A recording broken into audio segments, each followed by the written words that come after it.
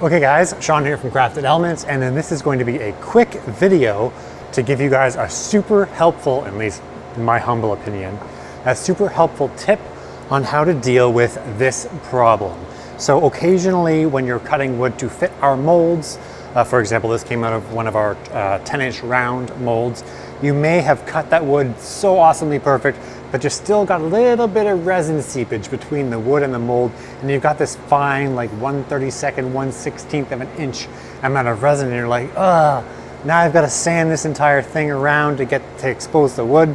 Not really a problem with the rectangle ones, right? Because you get some resin on your rectangle, you run it through your table saw and you trim off, 1/8 of an inch, and you're good to go. But if you're using our molds, circular, make clocks for example, or some charcuterie board molds, I've got some wavy lines or something, you can't trim that with a saw blade, okay? I guess you could technically run a jigsaw around it and take off a part, but it's gonna look terrible. So what I started doing is I'm thinking like, look, it's basically the equivalent of getting an undersized template, running it through our router table with our flush trim bit, and just being able to trim off like 1/8 of an inch around the perimeter. That's all we need. There has to be a router bit for this. So I'm searching Amazon, I'm searching tool companies. Really what we're looking for is a rabbiting bit, but with a super thick blade, or a flush trim bit, like the common flush trim bits we use for our templates, which has, 1 1/4 inch blade, but an undersized bearing. Apparently it doesn't exist, and it kind of makes sense because the only people that would ever use a router bit like this would be us, right? When we're using silicone rolls with resin and wood, and you got a little bit of resin there. So I figured, look, we're just gonna make our own. So today in this video, I'm gonna show you how to do that. It's actually really easy. I've gone to Amazon and I've got a set of flush trim router bits. Honestly, these are not high quality bits. This is like a $20 or $30 pack, but they're made by Best Gold, which means they must be good. So what I'm gonna do, I'm gonna pop these bad boys out, and I'm gonna zoom in here so you can see exactly what I'm doing.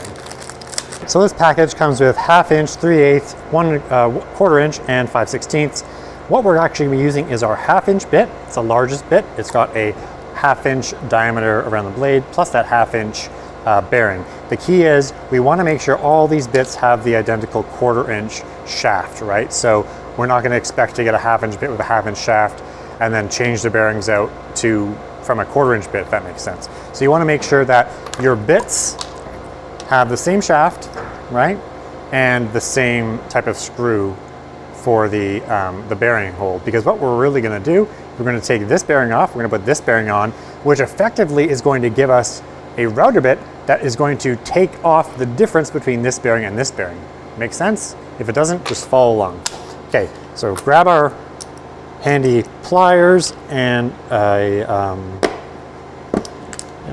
Allen key set, and we'll take this bearing off each of those bits and we'll swap them.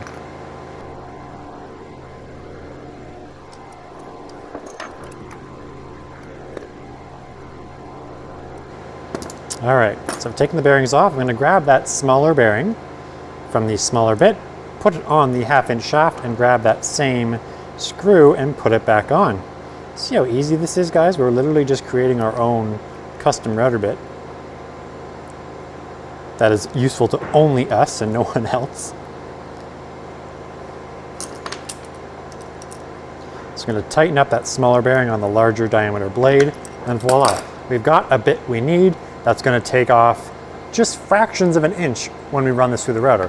Of course, it's only gonna take off partial amounts of that, right? So we're gonna use the bearing to run across this. We're gonna end up with essentially a lip or an overhang, which is then we're gonna come back, flip it around, and then use a regular old flush trim bit to get rid of the extra. If you're not following me, just watch. We're gonna go put this in our router and start this process. So I've got my piece that we've got the extra resin on, and essentially what this router bit's gonna do, as we discussed, is take off a universal amount from around the perimeter.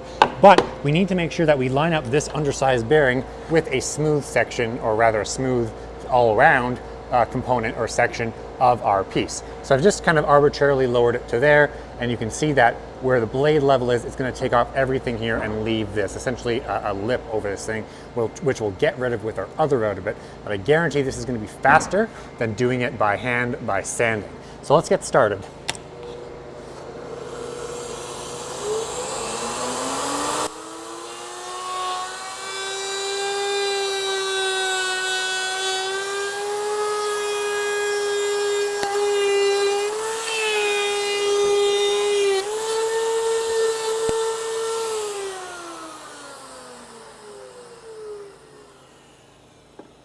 So you can see we've taken off that extra resin, but now you've got, on this section, but you've got the rest here. So now what we're gonna do is we're gonna swap out this router bit for a regular flush trim bit with an identical size bearing, as in the bearing on the flush trim bit is gonna be the same as the diameter of the blade.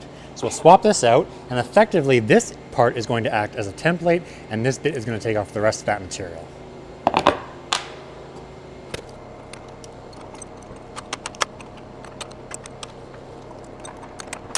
We're going to come back, make sure our bearing rides above where we want to cut this piece off here, and it's going to ride on the section that we already routed with the modified router bit.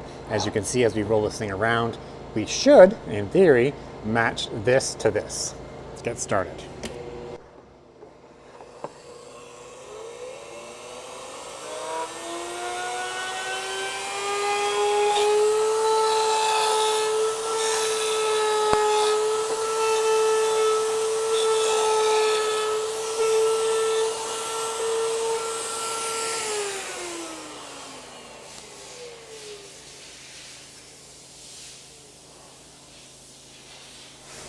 Pretty cool, right?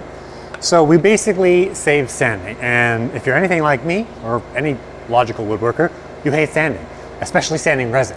But this way, using our modified router bit, which is really just a flush trim router bit with a smaller bearing, and a regular router bit with a regular flush trim router bit with a regular size bearing, that two-step process is going to save you all that time having to sand. This is a small piece, so it's not a huge time saver, but if you're doing a full-size charcuterie board that you can't trim, it's a massive time saver. So what do you guys think?